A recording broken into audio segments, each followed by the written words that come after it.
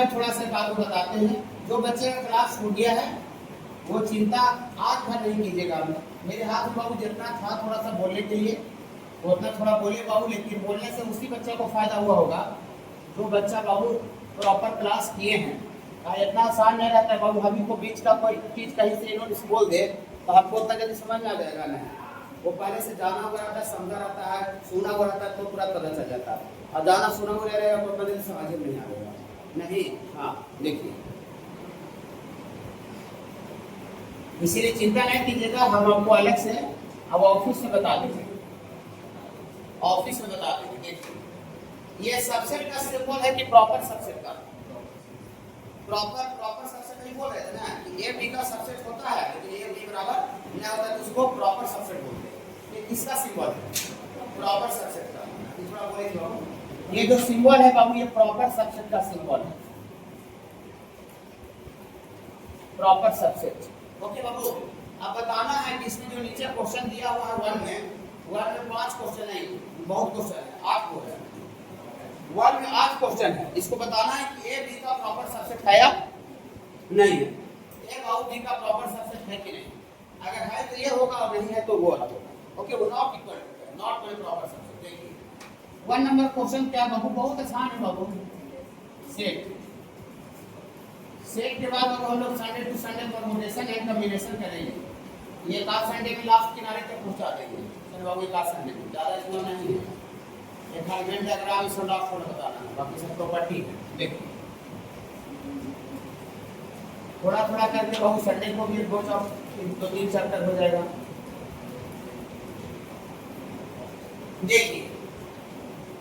देखिए ए जो है बाबू, ए में 0 1 2 3 लिखा हुआ है और बी में क्या लिखा हुआ है? बी में 1 2 3 4 5 लिखा हुआ है। तो ए का सारा एलिमेंट क्या बी में अवेलेबल है बाबू? नहीं तो प्रॉपर सबसेट छोड़ दीजिए, ये सबसेट ही नहीं है, ठीक है। तो सबसेट नहीं तब पर वो वाला सिंबल दिया है, वो वाला नॉट इक्वल टू वाला। ठीक बाबू, ध्यान रखिए सेट ए में 0 है, क्या उसमें 0 कहां है? 1 2 3 तो है लेकिन 0 नहीं है। यहां लिखेंगे हियर जो ए है वो बी का प्रॉपर सबसेट नहीं, सबसेट भी नहीं है, प्रॉपर सबसेट नहीं है।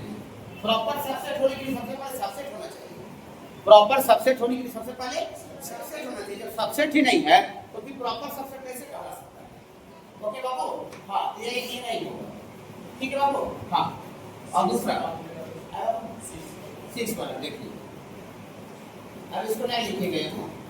6 नंबर बाबू दिया हुआ बाबू A equal to S 6 बाबू। हाँ और सच दैट X जो है बाबू ये रियल नंबर है, X जो है बाबू ये रियल नंबर है, रियल नंबर है बाबू, X रियल नंबर है। और एक आपको बाबू B दिया हुआ है बाबू, ये X such that X is a complex number. बहुत अच्छा क्वेश्चन पूछिए, कॉम्प्लेक्स नंबर है, रुक जाइए, कॉम्प्लेक्स नंबर हम आई करें तो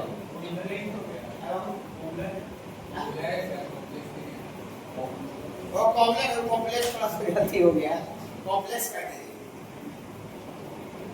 कॉम्प्लेक्स नंबर नहीं होता बाबू, थोड़ा सा मिस्टेक कर दिया। देखिए मेरा पहले कॉम्प्लेक्स पढ़ रहे थे, फिर स्टार्टिंग का 2-3 वो COMP लीजिए तो कॉम्प्लेक्स, ठीक है। देखिए रियल नंबर तो आप लोग बच्चा से जानते हो, माइनस इनफाइनाइट का सारा नंबर को रियल नंबर बोलते हैं, हिंदी वास्तविक संख्या बोलते हैं। ठीक बाबू, तो अगर सेट ए लिखेंगे यहाँ पर, सेट ए लिखेंगे बाबू तो सारा रियल नंबर, तो रियल नंबर बाबू आपको ऐसा होता है बाबू, रियल नंबर थोड़ा सा इसको इंडिकेट कर दे बाबू, ऐसा होता है ये बाबू नंबर लाइन है, बहुत आगे जाता है तो प्लस इनफाइनाइट होता है बाबू, और बहुत ज्यादा पीछे जाता है तो क्या होता है बाबू? Minus infinite. ये एक्स एक्सिस है जिस पर नंबर को डिनोट किया जाता है। और माइनस इनफाइनाइट से इनफाइनाइट तक जितना भी नंबर लाइन पर नंबर है वो रूट में रहे, डेसिमल में रहे, फ्रैक्शन में रहे, कुछ भी नहीं, 1/2 1 2 3 4 2 3 5 0.5 0.001 जितना भी आप नंबर इस्तेमाल करते हैं धरती पर लेन देन में कहीं भी आप विचार हो, सबका सब रियल नंबर है। माइनस इनफाइनाइट से इनफाइनाइट का सारा नंबर क्या बाबू? रियल नंबर है। तो a बराबर जो रियल नंबर है तो रियल नंबर ही बाबू माइनस इनफाइनाइट से इनफाइनाइट होता है, ऑपरेटर। हम लोग प्लस इनफिनिटी और माइनस इनफिनिटी को कभी क्लोज ब्रैकेट करते नहीं करते हैं, कहीं इनफिनिटी को कोई इंक्लूड नहीं कर सकता, माइनस इनफिनिटी को भी इंक्लूड नहीं कर सकता। ये रियल नंबर हुआ, माइनस इनफाइनाइट से इनफाइनाइट का सारा नंबर। ये आपको पहले से पता था, लेकिन यहाँ पर आपको जो पता नहीं है, ये पता नहीं है। देखिए ये कॉम्प्लेक्स नंबर, कॉम्प्लेक्स नंबर को ही बाबू हम लोग इमेजिनरी नंबर बोलते हैं। कॉम्प्लेक्स नंबर को ही क्या बोलते हैं बाबू? Imaginary number. हाँ, इसको थोड़ा सा कुछ बच्चे को समझने में, कुछ बच्चे को थोड़ा सा आसानी से समझ में आ जाएगा और कुछ बच्चे को यहाँ पर समझने में इसमें दिक्कत होगा। जो बच्चे बेसिक का क्लास कर ही दिए थे, मेरे पास पढ़े बेसिक में, उनको थोड़ा सा समझ में अच्छा आएगा 80% है, और जो बच्चे का बेसिक थोड़ा सा छूट गया होगा उनको थोड़ा सा परेशानी उठाना पड़ सकता है। जब हम बेसिक मैथ पढ़ा रहे थे, बेसिक मैथ में बहुत खूबी था कि बहुत सी बेसिक मैथ की सब पढ़ के सब पढ़ा जाता है। थोड़ा रिकॉल करते हैं बाबू, बेसिक मैथ जब पढ़ा रहे थे तो बोले थे बाबू ये square root of x, root under x, ये एक्चुअल में वैल्यू इसका तब निकलता है स्क्वायर रूट ऑफ एक्स का जब एक्स जो है रूट के अंदर वाला नंबर ये 0 से बड़ा हो या 0 के बराबर हो। अगर रूट के अंदर नेगेटिव नंबर आ गया तो हाथ जोड़ना पड़ जाता है कि भैया नहीं निकाल सकते रूट के अंदर नेगेटिव रहने पर, मतलब कि स्क्वायर रूट ऑफ एक्स का वैल्यू नहीं निकलेगा, अनडिफाइंड होगा, अनडिफाइंड होगा तो नहीं निकलेगा, हकीकत में नहीं आवेगा। क्या नहीं आवेगा?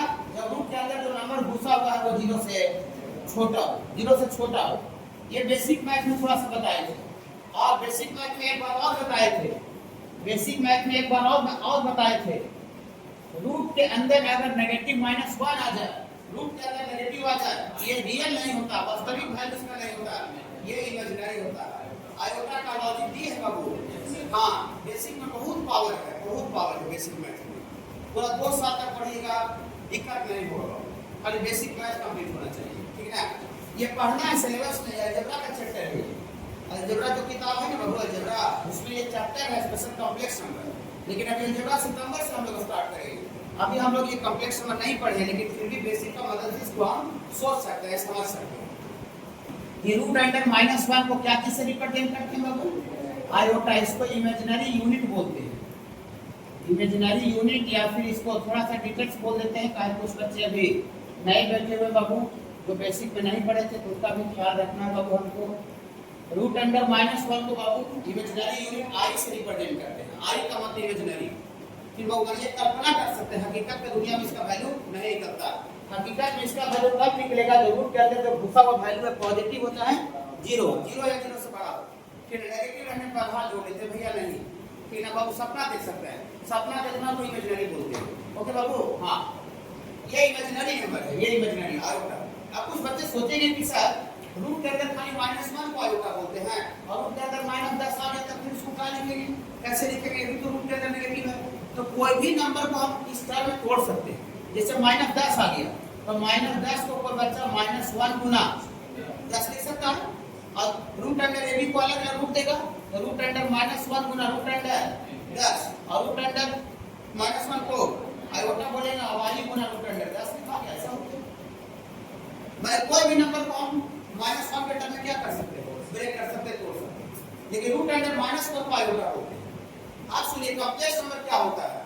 दुनिया का किसी भी नंबर में, दुनिया का किसी भी नंबर में अगर आयोटा आ जाए, आई आ जाए तो हम उसको कॉम्प्लेक्स नंबर बोलेंगे। कॉम्प्लेक्स नंबर मतलब इमेजिनरी नंबर जिसमें आयोटा आई दिखे। तो थोड़ा सा बाबू हम लिखते हैं, ये पढ़ाया भी नहीं हुआ है बाबू, ऐसा लिखते हैं बाबू, any number in the form of, any number in the form of, complex number को z से जनरली रिप्रेजेंट किया जाता है, z बराबर x plus iy, x plus iy, i वाला एबीसी जो नहीं, i बता आयोटा, और यहाँ जो x है नहीं वाला x, ये रियल नंबर है, और ये y जो है वो भी क्या है, रियल नंबर है। इस रूप में जितना भी नंबर रहेगा इसी को बाबू कहा जाता है बाबू, इतना इज कॉल्ड कॉम्प्लेक्स नंबर। इस रूप में जितना भी नंबर आता है इसी को क्या कहा जाता है बाबू, कॉम्प्लेक्स नंबर कहा जाता है। x प्लस iy, पूरी सरकार को एग्जांपल पेश कीजिए तो जरा कॉम्प्लेक्स नंबर का। फॉर एग्जांपल z बराबर 4 प्लस 3i। देखिए 4 जो है वो रियल नंबर है कि इमेजिनरी नंबर है? 4 रियल नंबर, वास्तविक संख्या है, और 3 भी क्या है, रियल नंबर है। x माने 4 प्लस i into y की जगह पर 3 है। ये जो नंबर इसी रूप में है कि नहीं है? कोई भी नंबर इस रूप में दिखे, x प्लस i y के रूप में दिखे, तो हम इसी नंबर को कॉम्प्लेक्स नंबर बोलते हैं या इमेजिनरी नंबर बोलते हैं। काल्पनिक संख्या, ये काल्पनिक संख्या। मानिए धरती पर हम जितना भी बड़ा कारोबार करें, लेन देन करें, बैंक में जाए, ये मेरा जीवन में यूज नहीं है। फिर बाबू जो कल्पना किया जाता है उसी को इमेजिनरी बोलते हैं, जो हकीकत में नहीं पॉसिबल। अभी हम इमेजिन करें हम लोग की अभी छुट्टी होगा, हम लोग जेट से चलेंगे अपना अपना घर, बराबर जेट से जाएंगे। आने वाला हो सकता है 100-200 साल पॉसिबल, लेकिन अभी एक पॉसिबल चीज है इमेजिनरी। जब तक वो रियल में आता है तब तक उसको इमेजिनरी बोलते हैं। आज से 100 साल पहले ये फोन जो लगा है, तो फोन का कि हम यहाँ से बैठ के बतिया लेंगे, तो 100-200 पहले उसको काल्पनिक था, वो इमेजिनरी था नहीं। तो ये इमेजिनरी है, ये हमेशा के लिए इमेजिनरी, जब तक धरती रहेगा। ये तो फोन वाला है कि टाइम टू टाइम वो पॉसिबल हो जाता है, लेकिन ये जब तक धरती रहेगा जब तक इसको डिफाइन कर देगा इमेजिनरी।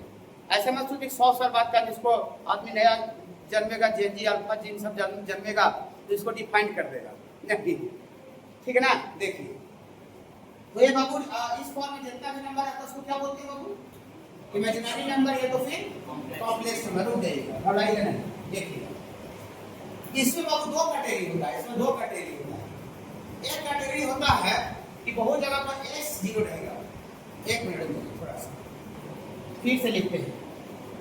ये जो 4 लिखे हैं ना, 4 इसमें i नहीं गुना है, i नहीं बाबू इसमें। ये 4 को बाबू रियल पार्ट बोलते हैं।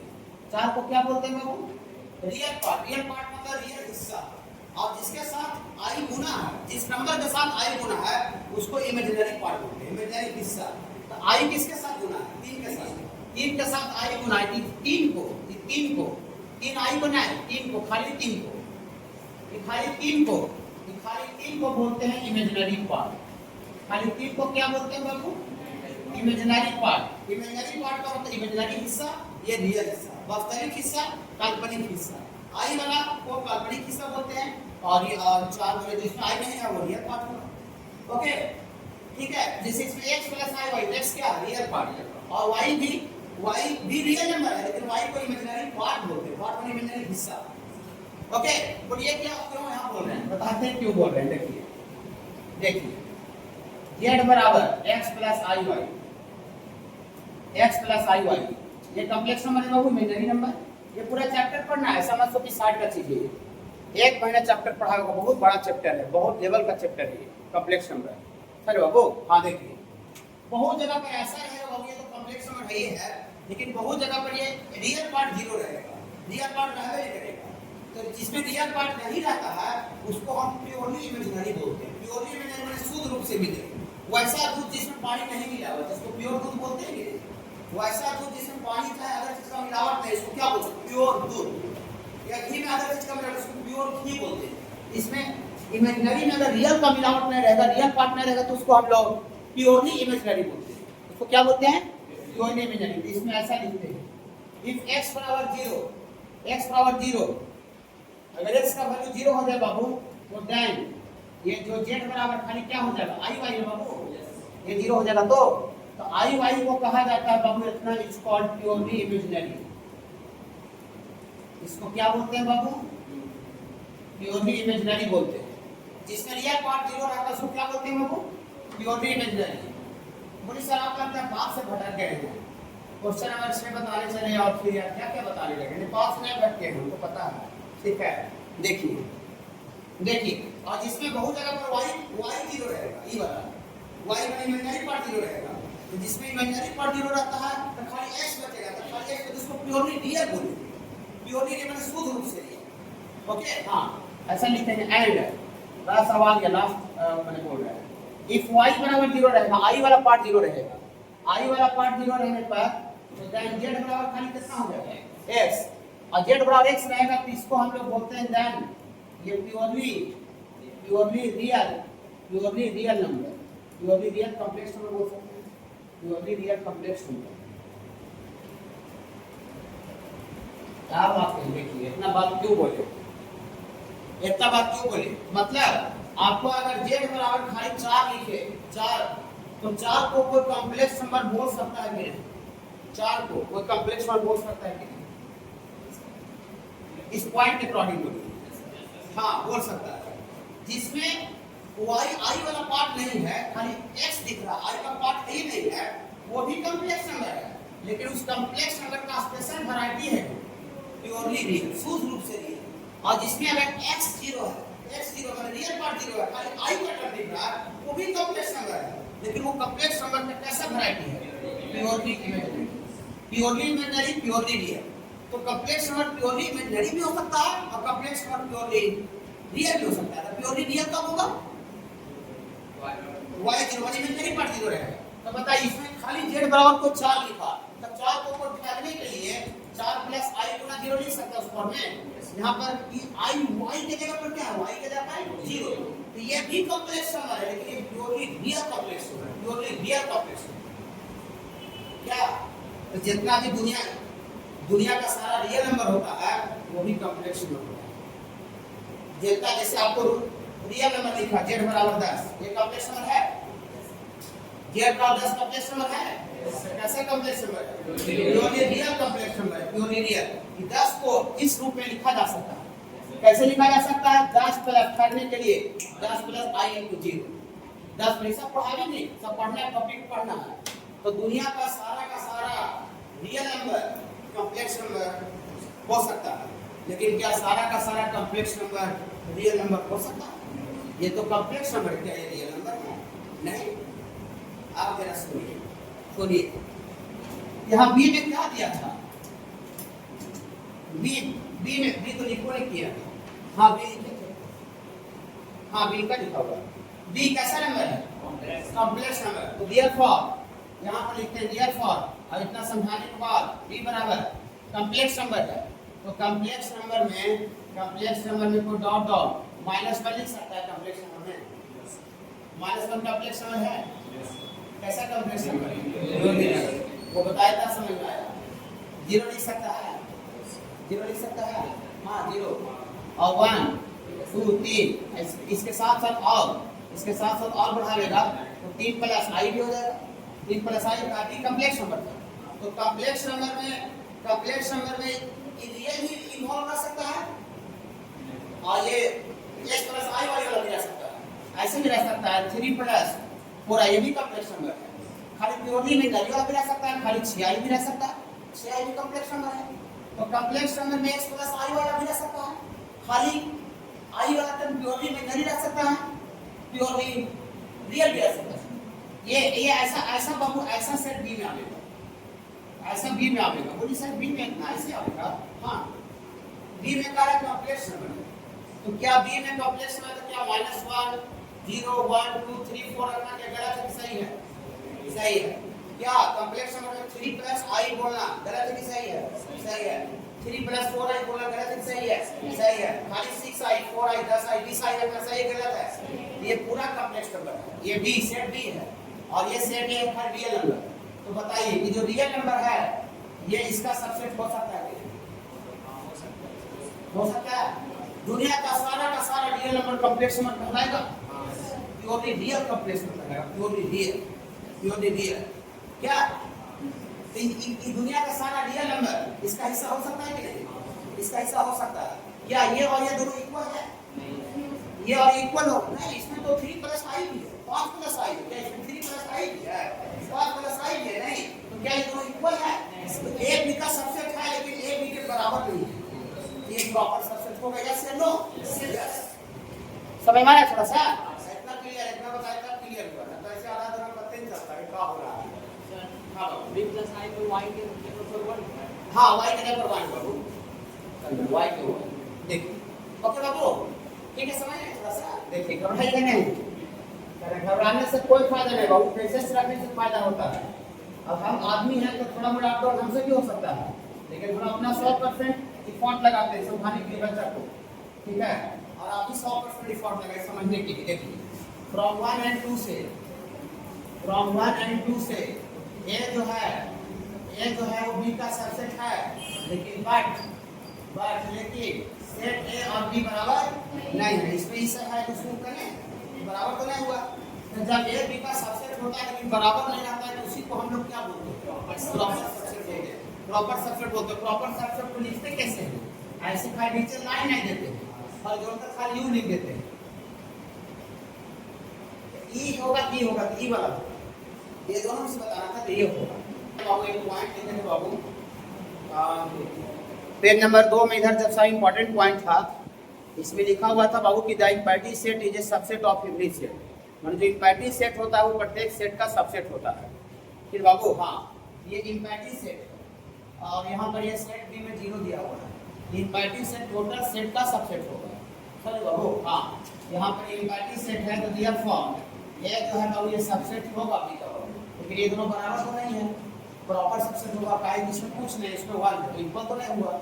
लेकिन जो इम्पैरिटी जो सेट होता है बाबू, ये प्रत्येक सेट का बाबू सबसेट होता है। ये प्रॉपर्टी से बाबू, प्रॉपर्टी से लिखते हैं empty set is the subset of every set, मतलब इम्पैरिटी सेट जो होता है प्रत्येक सेट का प्रॉपर सेट मतलब सबसेट होता है। लेकिन ये दोनों चूंकि इक्वल नहीं है हियर, क्या ए और बी बराबर है बाबू? नहीं, ए और बी बराबर नहीं। क्यों नहीं है? क्योंकि इसमें कुछ नहीं है और उसमें वो है तो बराबर तो नहीं होगा। तो बराबर नहीं होगा तो सबसेट तो है, लेकिन जब बराबर नहीं होता है तो उसको प्रॉपर सबसेट बोलते हैं। ये प्रॉपर सबसेट हो यहाँ ये भरा है मैंने रखो समझ लेना प्रॉपर्टी से। चलिए तो यहाँ पर ये बताइए सेट है कि एलिमेंट है? ये सेट है लिखा हुआ है कि एलिमेंट है? सेट लिखा हुआ है। तो बताइए क्या तो सेट ए है, क्या इसका इससे बिलोंग कर रहा है? नहीं। क्या बिलोंग करता? ऐसे रहता तब बिलोंग करता। देखिए जैसे रुकिए पूरा समझा रहे बाबू। देखिए जैसे इसमें एलिमेंट है, इसमें एलिमेंट ए है और इसमें एलिमेंट बी है और इसमें एलिमेंट, मतलब इस सेट का कौन कौन सा एलिमेंट है? A B C. तो इस सेट का एलिमेंट है ए बी सी। तो हेयर लिखेंगे जो एलिमेंट ए है, एलिमेंट जो ए है इस सेट से बिलोंग कर रहा है। इस सेट से एलिमेंट ए बिलोंग कर रहा है। एलिमेंट ए इसका हिस्सा है, ए इसका हिस्सा है, बी भी इसका इस सेट का हिस्सा है, सी भी इस सेट का हिस्सा है। लेकिन बट सेट ए जो है, बट ये जो सेट ए है ये नॉट बिलोंग्स टू एबीसी। क्या होता बता देते हैं, सुन लीजिए। ऐसे लिखा रहता, अच्छा सुनिएगा, नहीं पावर सेट नहीं, पूरा हम पूरा बता रहे हैं। ऐसे रहता तब देखिए तो जो सेट है इसका सेट का कौन से एलिमेंट है? ये खुद एलिमेंट सेट ए है, सेट ए इसको सेट नहीं बोलेंगे, इसको सेट ए बोलेंगे। इस सेट का एलिमेंट खुद सेट ए है, लेकिन सेट ए नहीं सेट बी नहीं है, ये खाली बी है। ये खाली क्या है? अगर ऐसे लिखा रहता है ऐसे तो ये जो सेट ए है इससे बिलोंग कर रहा है। लेकिन क्या ऐसे लिखा हुआ है? ये तो सिंगल ए बी सी लिखा हुआ है। तो सिंगल ए जो है वो ए बी सी इस सेट से बिलोंग कर रहा है, बी जो है वो ए बी सी से बिलोंग कर रहा है, सी भी ए बी सी से बिलोंग कर रहा है। लेकिन ये जो सेट ए है इसमें क्या नहीं है? सेट ए कहाँ पूरी है? जो वो सेट ए नहीं है, वो सिंगल ए है, ओनली ए। सेट और सेट ए और ओनली ए में समझते ना? हाँ समझ लीजिए। जैसे ये लिखा हुआ तो सेट ए है और खाली ए लिखे तो सिंगल ओनली है। तो अगर इस तरह से यहाँ पर ऐसे लिखा रहता है वाला, तो ये देखिए जो सेट ए है वो इससे बिलोंग कर रहा है। लेकिन क्या यहाँ पर सेट ए जो है इससे बिलोंग कर रहा है? नहीं समझ रहे? समझ रहे कि नहीं समझ रहे? फिर से समझा दे, रुक जाइए। नहीं समझने पर मतलब आपसे आप मिला के ओल्ड वाले को नहीं समझ रहे हैं, ये आपका राइट नहीं है, वो आपका अधिकार है। आप यहाँ आए क्यों? ठीक है, आप देखिए आप बहुत सा जगह पर जैसे हमको लगता है कि हम बच्चों को समझाते हैं, हमको अपने आप में लगा कि हम बच्चों को समझाते हैं, और हो सकता है कि हमको समझाने के बावजूद भी कोई बच्चा समझ में नहीं आया। अब 10 लोग को समझ में आ गया और 5 लोग समझ में नहीं आया, ऐसा हो सकता है। तो भारी बात नया बात नहीं है। हर एक बच्चे का दिमाग अलग अलग है, सोचने समझने का क्षमता अलग अलग है। और हमको लगा कि हम समझा दिए, अब बच्चा जिसको नहीं समझ में आया वो दोबारा पूछा भी नहीं, रिपीट भी नहीं किया, तो हमको कैसे पता चलेगा? हम भगवान तो नहीं है, ठीक है, कि हम आपका अंतरात्मा का बात जान ले, आपका अंदर का दिल का बात जान ले। चेहरा से थोड़ा मोड़ा पछा नहीं हो भाव से, फिर वो 50% 40% तक चेहरा से हो भाव, उस स्थिति में सीधा आपको एकदम बोल्ड आवाज में डायरेक्ट पूछना है कि सर फिर से एक बार समझा दीजिए सर, हमको नहीं समझ में आया सर। अब कोई बच्चा, जैसे बहुत सा पेरेंट्स का कंप्लेन रहता है कि सर मेरा बच्चा चाहे बच्ची बहुत कम बोलता है, चाहे कम बोलती है, बहुत सा ऐसा पेरेंट्स बोलते हैं आकर के, बच्चा बहुत बोल भी नहीं करता वो टीचर साहब, कुछ नहीं बोलता, बहुत कम बोलता है। हाँ, जो बच्चा कम बोल रहा है तो बच्चा तो अपना बोल्ड आवाज में नहीं पूछेगा कि सर फिर से बता दीजिए, फिर से समझा दीजिए। अब वहाँ बोला भी नहीं तो छुट्टी हुआ तो कुछ नहीं, छुट्टी हुआ डायरेक्ट ऑफिस में, ऑफिस में खाली हाँ में यहाँ पे आराम से टेबल पर सर ये वाला सर कैसे तेजी से ये वाला सर ये वाला अपना पूछते हुए घर चल जाएंगे, 5 मिनट 10 मिनट बचिए। और हम तो चाहते हैं कि हम यहीं पर आप बोल्ड आवाज में पूछिए, लेकिन अब बाई नेचर किसी का होता है कि टीचर साहब नहीं बोल पाते हैं, तो जो टीचर साहब नहीं बोल पाते बोलने का प्रयास भी करना है, हैबिट करना है। बहु अभ्यास करने से बहुत सा चीज होता है कि नहीं, बहुत सा चीज सब चीज अभ्यास करने से होता है, प्रयास करना है। और नए प्रयास है, धीरे धीरे प्रयास जब तक नहीं हो रहा जब तक ऑफिस में आके पूछिए। ठीक है बाबू, चलिए देखिए इसमें बार आप बता देखिए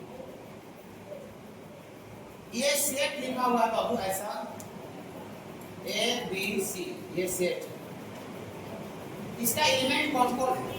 अंदर का जो रहता है कॉमा देते को जो लिखते हैं पहले क्लास में बोले थे, ये अंदर जो कॉमा देते के लिखा रहता है सेट ए का एलिमेंट कहलाता है। तो इसका एलिमेंट क्या है? इसका एलिमेंट खाली ए है, ए। तो जो ए है वो इस सेट से बिलोंग कर रहा है, इस सेट में है ए। खाली जो बी है वो भी इस सेट से बिलोंग कर रहा है, खाली जो सी है वो भी इस सेट से बिलोंग कर रहा है। लेकिन खाली ए लिखने में और ए लिखने में दोनों दो चीज, दोनों सेम चीज है, दोनों दो चीज है। ऐसे करके लिख दिए, इसका मतलब खाली ए नहीं है, सेट ए है, सेट ए, सेट ए है। तो क्या इसमें सेट ए भी है? इसमें सेट ए भी है। सेट ए कब रहता है? जब ऐसे ऐसे अंदर लिखा है तो ऐसा लिखा है, कर्ली ब्रैकेट्स इसको बंद रहता तो इसको सेट ए बोलते। अगर ऐसे करके लिखा रहता तो सेट ए इसका हिस्सा होता, लेकिन ऐसे तो दे नहीं है, ये तो सीधा कॉमा दे दे के एबीसी लिखा हुआ। तो ए से ए जो है इसका एलिमेंट में है, बी जो है इसका हिस्सा है, सी भी इसका हिस्सा है, लेकिन ये जो लिखा हुआ ई वाला सेट ए इसका पार्ट नहीं है। समझ रहे ना? यहाँ लिखेंगे set A not belongs to का सिंबल ऐसे होता है, इसको काट देंगे तो इसको क्या पढ़ेंगे? Not belongs to. ये पहले के नहीं बोले थे। हाँ, तो set A not belongs to A B C, लेकिन ये तीनों ए इससे बिलोंग कर रहा है, बी उससे बिलोंग कर रहा है, सी भी, लेकिन सेट ए उससे बिलोंग नहीं कर रहा। तो ये जो बात दिया हुआ है फॉल्स दिया हुआ है, ट्रू दिया हुआ है, फॉल्स दिया, फॉल्स गलत दिया हुआ, गलत दिया हुआ ना। हाँ, नॉट बिलोंग्स टू, इसका दिया false. Set A belongs to ऐसा जो दिया हुआ है राइट, फॉल्स दिया हुआ है। पकड़ रहे बाबू कि नहीं पकड़ रहे? अब कह रहे हैं x + 5 = 5। एक प्रोबेबिलिटी क्वेश्चन x + 5 = 5 ये 5 होगा, 5 माने x 5 आ जाएगा। देखते हैं 5 आता है कि नहीं। तो x + 5 = 5 कर लेंगे, जहां से x बराबर 5 - 5, ये 5 इधर चल जाएगा, तो 5 - 5 0। 0 क्या होल नंबर का पार्ट है कि नहीं? 0 जो है बाबू होल नंबर का पार्ट है। तो बताइए कि जब x + 5 = 5 करेंगे तो x का वैल्यू होल नंबर आ गया कि नहीं आया? आ गया। तो आ गया तो क्या ये वाला जो x belong to whole number जो था क्या 5 आया? नहीं, ये नॉट बिलोंग्स टू, ये जो 0 आया ये आपका नॉट बिलोंग्स टू 5। 5 कब कहलाता? 5 कब कहलाता जब x + 5 = 5 करते और x का वैल्यू होल नंबर एग्री नहीं करता, तब ये 5 हो जाता, तब इतना बड़ा 5 सही हो जाता। अगर यही सेम क्वेश्चन रहे, खाली यहाँ पर देखिए मिटा कर w को मिटा के a लिख दे नेचुरल नंबर, तब ये 5 ठीक है, 5 ठीक है। x + 5 = 5 करने पे x का वैल्यू नेचुरल नंबर नहीं आएगा। जब x का वैल्यू नेचुरल नंबर आएगा ही नहीं, x का कोई वैल्यू नहीं लिखा रहा, तो जब कुछ भी वैल्यू नहीं आता है तो उसी को 5 बोलते हैं। 5 तो अगर नेचुरल नंबर लिखते हैं तो इतना बड़ा 5 होना सही बात है, लेकिन यहाँ नेचुरल नंबर क्वेश्चन में नहीं लिखा हुआ है, होल नंबर दिया हुआ है। तो x + 5 = 5 लेने से x का वैल्यू होल नंबर आ रहा है कि नहीं आ रहा? तो जब वैल्यू आ जा रहा है तब अपन उसको इंपैक्टिव 5 बोलेंगे। जब वैल्यू कुछ नहीं रहता है, नहीं आता है, तब उसको इंपैक्टिव 5 बोलते हैं। क्या बाबू? तो यहाँ पर क्वेश्चन में है बाबू, क्वेश्चन में नेचुरल नंबर नहीं है, क्वेश्चन में होल नंबर है। इसको सॉल्व किया तो x का वैल्यू 0 होल नंबर आ गया। x + 6 -1 आ जाएगा। हाँ, तब लिखा था उतना 5 हो जाएगा। मैं इस इक्वेशन के लिए 5 नहीं है, मैं जो सिचुएशन दिया हुआ है, दूसरा सिचुएशन के लिए 5 हो सकता था, लेकिन ये सिचुएशन के लिए 5 नहीं है। तो जब 5 नहीं है तो गलत देने की सही दिया हुआ है। ये स्टेटमेंट जो दिया है नंबर 5 गलत है कि सही है? गलत दिया हुआ है, 5 नहीं आ रहा। हाँ, 5 नहीं आ रहा, अब 5 दिया हुआ, इसका मतलब ये दिया फॉल्स। हाँ, फॉल्स है।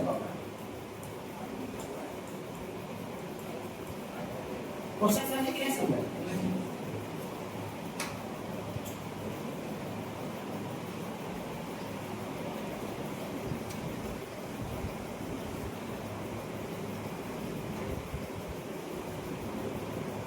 यूनिट का मतलब क्या होता है बाबू?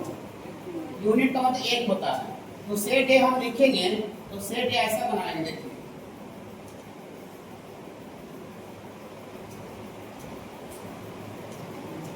देखिए देखिए सेट ए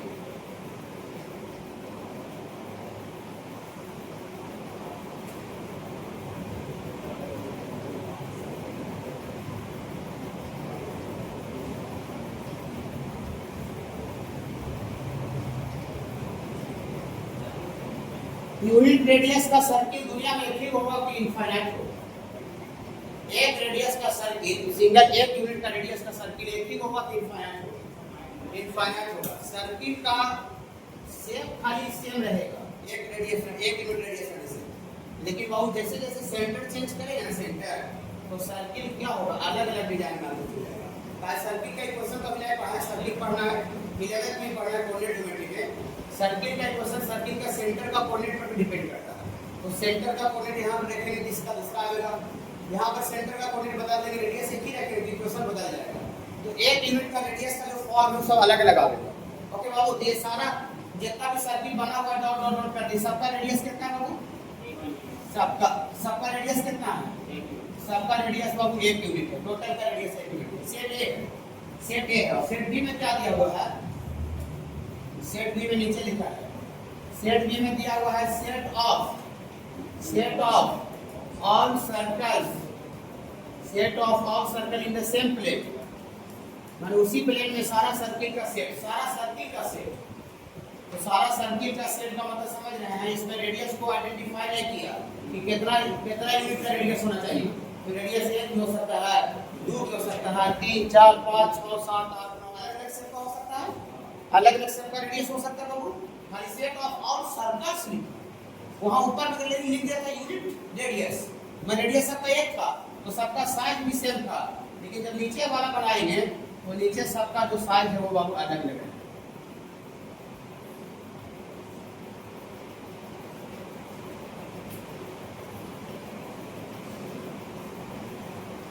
इतने करते ज्यादा लगाए। देखिए इसका बाबू रेडियस हो सकता है 1 है, इसका रेडियस हो सकता है 2, अपने मान से 2 ले रहे हैं, और दूसरा तो यहाँ भी रह सकता है, कुछ भी रह सकता है। ठीक बाबू, एनी रेडियस, इसका रेडियस 3 है, और कुछ हो सकता है 1/2 3/2 3 कुछ भी पॉजिटिव नंबर कुछ भी हो सकता है। ऐसा का सेट बी है, सारा सर्किल का सेट है, और ऊपर भी सर्किल का सेट है, लेकिन ऊपर में सबका रेडियस कितना है? 1। आप बताइए, अब यहाँ पर ऐसे लिखा है और एंड देन ऐसा लिखा है, ये जो है वो प्रॉपर सबसेट बी का होगा कि नहीं? तो बताइए ई जो है इसका सारा का सारा सर्किल इसमें है कि नहीं? इसमें हो सकता है कि नहीं? इसमें जितना सर्किल है इसमें हो सकता है कि नहीं? हो सकता है। 1 यूनिट का रेडियस इसमें भी हो सकता है कि नहीं? आइए बना लीजिए, बनाइए। तो क्या ये वाले दोनों बराबर है? नहीं। क्यों बराबर नहीं है? जो ऊपर वाला में खाली 1 यूनिट का रेडियस का सर्किल है, नीचे में तो 2 3 4 कुछ भी हो सकता है। तो इसका टोटल का टोटल 1 यूनिट का रेडियस का सर्किल इसमें अवेलेबल है, तो सबसेट तो है, सबसेट तो है, सबसेट तो है। लेकिन सेट ए जो है वही जो बी है वो देखिए 2 3 का 2 3 का है, तो अलग अलग हो गया। ये फिगर पकड़ ले करना है सर। इसमें 1 यूनिट का, इसमें भी 1 यूनिट का हो सकता है नहीं? नहीं हो सकता। इसमें 1 यूनिट के अलावा दूसरा भी हो सकता है, लेकिन इसमें दूसरा और खाली 1 यूनिट का होगा। इसका जितना सर्किल है 1 यूनिट का इसमें अवेलेबल हो सकता है, लेकिन इसका सारा का सारा इसमें अवेलेबल नहीं हो सकता है। यहाँ पर लिखेंगे बाबू हेयर ए जो है वो सबसेट है बी का, लेकिन बट ए जो है वो not equal to B, set B के बराबर नहीं है। तो नहीं है कि प्रॉपर सबसेट होगा कि खाली सबसेट होगा? प्रॉपर सबसेट होगा। ये जो बोल रहा है ट्रू बोल रहा है कि फॉल्स बोल रहा है? ट्रू बोल रहा है। ट्रू बोल रहा है। यूनियन ऑफ सेट्स, सेट्स का यूनियन क्या होता है? यूनियन, तो यूनियन का मतलब एक जुट होता है। नहीं बाबू नहीं बोलते, हमें बहुत यूनियन है सर, यूनिटी है मतलब एक जुट था, दो या दो से चार चीज को मतलब एक जुट कर दी तो दैट इज कॉल्ड यूनियन। इसी को यूनिटी बोला जाता है, यूनिटी। लेकिन The union of two sets A and B is denoted by A union B. दो सेट्स का यूनियन को कैसे रिप्रेजेंट करते हैं बाबू? A union B U से रिप्रेजेंट करते हैं, U फॉर यूनियन। और यहाँ A लिखे और B लिखे, इसको पढ़ेंगे A union B, A union B, इसी को पढ़ते A यूनियन B। और इसका वैल्यू क्या होता है बाबू? Is the set of all those elements which are either in A, माने वैसा एलिमेंट होता है A यूनियन B का वैल्यू जो कि सेट A में होता है या सेट B में होता है या ओवर करके लिख रहे हो या बोथ A एंड B, या तो फिर दोनों में होता है। माने सेट A का एलिमेंट होता है या सेट B का, फिर दोनों का एलिमेंट होता है। जैसे आपको पूरा समझा रहे, थोड़ा डिफिनेशन पढ़ने से समझना है। सेट A में कौन-कौन सा एलिमेंट दिया हुआ है? 3 4 5 6। और सेट B में कौन-कौन सा एलिमेंट होगा? 4 6 8 10। तो इसका यूनियन क्या होगा बाबू? इसका यूनियन क्या होगा? बैंक घबराई करना है, बैंक A यूनियन B। बहुत आसान है। यूनियन का मतलब हुआ कि एक भाई ये था और एक भाई ये था, दोनों भाई अभी अलग अलग है कि ना। यूनिटी का मतलब एक हो जाएगा, यूनिटी माने यूनियन, दोनों भाई को एक में कर दीजिए, दोनों भाई को एक में, इसका संपत्ति को और इसका संपत्ति को मिला दीजिए, इसका प्रॉपर्टी को मिला दीजिए, मिक्स कर दीजिए।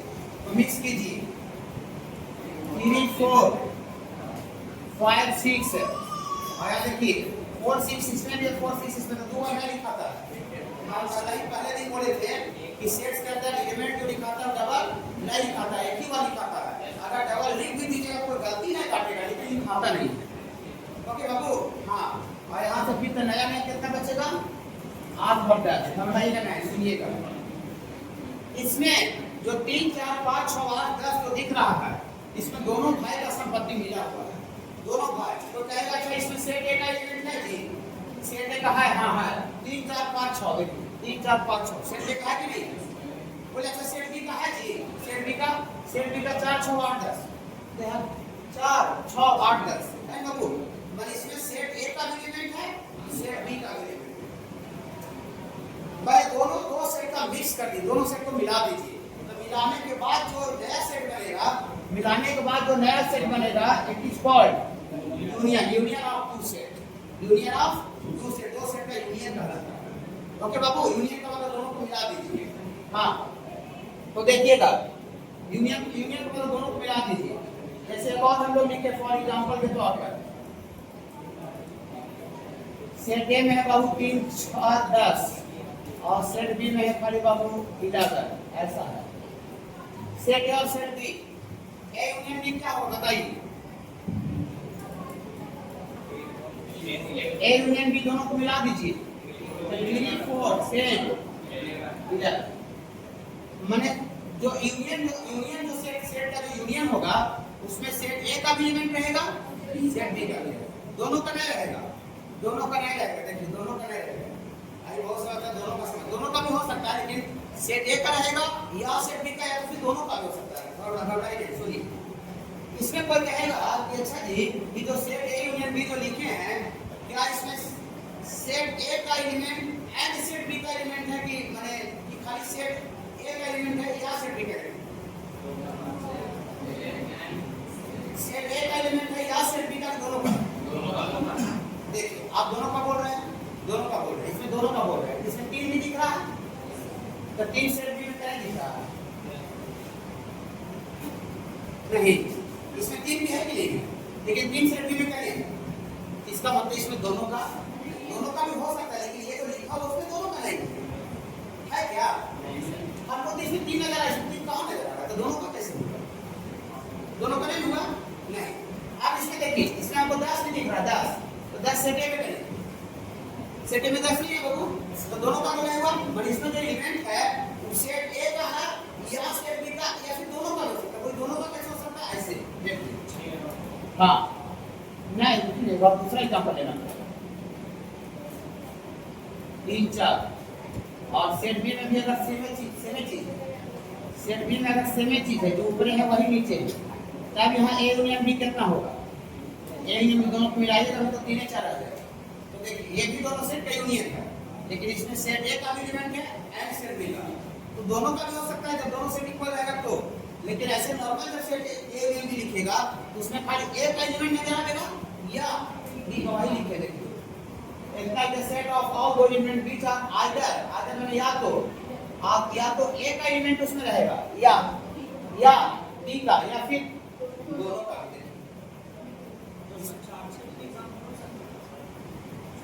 तो चार से यूनियन नहीं कहलाएगा यूनियन का मतलब मिक्स करके होता है वो इंटरसेक्शन के करके इंटरसेक्शन का मतलब कॉमन है तो कॉमन जो रहता है वो दोनों होता है मतलब इंटरसेक्शन नीचे इंटरसेक्शन कहेगा ना तो फिर ऐसा चीज देखेंगे कि क्या होता है the intersection of two sets A and B denoted by A intersection B उल्टा यू को बाद हम लोग इंटरसेक्शन बोलते हैं उल्टा U is the set of all element which are यहां देखिए जादू इसमें है बाबू जादू इसमें कॉमन का मतलब समझते हैं ना कॉमन का मतलब दोनों होता है जैसे मान लो मेरे पास 5 का कॉइन है 2 का कॉइन है आई के पास 5 का कॉइन है 10 का कॉइन है तो 5 का कॉइन है इसी का कॉमन में दोनों में तो इंटरसेक्शन ऑफ टू सेट्स का मतलब वैसा सेट लिखना है जो कि सेट ए में भी हो एंड सेट बी में भी कॉमन हो दोनों में कॉमन हो फिर बाबू हां देखिए कॉमन इन बोथ यहां ए एंड बी लिखे ए एंड बी पूरी कैसे सर थोड़ा एग्जांपल बताइएगा तो ऐसे बहुत आसान है बाबू जैसे आपका 1 2 3 4 5 सेट ए लिखे बाबू सेट बी में लिख दिए बाबू 3 4 6 8 10 दो सेट है बाबू हां तो therefore A intersection B intersection का मतलब वैसा सेट लिखना है जो कि सेट ए में भी है एंड सेट बी दोनों में कॉमन है दोनों में समान है दोनों में मिल रहा है ऐसा कौन सा एलिमेंट है जो कि इसमें दोनों में मिल रहा है अभी आप लोग बोल रहे थे वो इंटरसेक्शन है देखिए ये 3 4 इसमें भी है 3 4 इसमें भी और कोई एलिमेंट कौन है वो नहीं तो यहाँ पर लिखिएगा ए इंटरसेक्शन बी में 3,4 लिख करके और सेट बना दीजिएगा ये बाबू ए इंटरसेक्शन बी कहलाएगा यही उल्टा जो यू है बाबू यही किसका सिंबल है बाबू इंटरसेक्शन का सिंबल है और सीधा जो यू है वो यूनियन का सिंबल है यूनियन का मतलब दोनों भाई को मिला दीजिए दोनों भाई का संपत्ति को मिक्स कर दीजिए और इंटरसेक्शन का मतलब दोनों भाई में वैसा चीज ढूंढिए जो कि दोनों के पास है जैसे मोटरसाइकिल है मेरे पास भी है अगला मेरे भाई के पास मोटरसाइकिल है इंटरसेक्शन हो गया ठीक है हम चश्मा पहनते मेरा भाई चश्मा पहनता है तो चश्मा इंटरसेक्शन हो गया समझ रहे बाबू ऐसा इंटरसेक्शन में कॉमन है ओके हां इसमें आप प्रॉपर सबसेट क्या बाबू इसमें सबसेट देखिए सबसेट में ये देखा जाता है कि जो सेट ए दिया हुआ है इसका टोटल एलिमेंट इसमें है कि नहीं ये देखा जाता है इसमें ये नहीं देखा जाता कि इसका टोटल एलिमेंट इसमें है कि नहीं इसमें खाली कुछ एक आध एलिमेंट कॉमन है कि नहीं ये देखा जाता है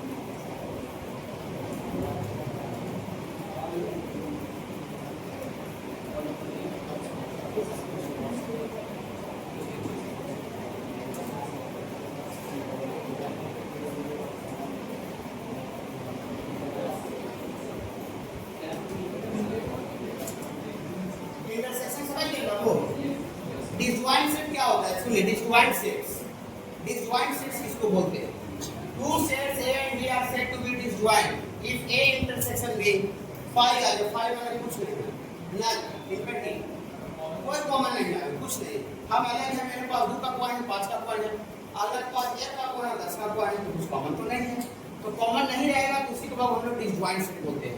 सेट में 1 2 3 है, सेट बी में 4 5 6 है, तो क्या इसमें कुछ कॉमन है? ए इंटरसेक्शन बी 5 है, तो 5 आ गया, इसका मतलब दोनों सेट को डिसजॉइंट सेट बोलते हैं। ओके बाबू, हाँ इसका मतलब दिया फॉर यहाँ लिखेंगे है A and B are disjoint set. Disjoint set. दोनों का इंटरसेक्शन बाबू 5 रहेगा।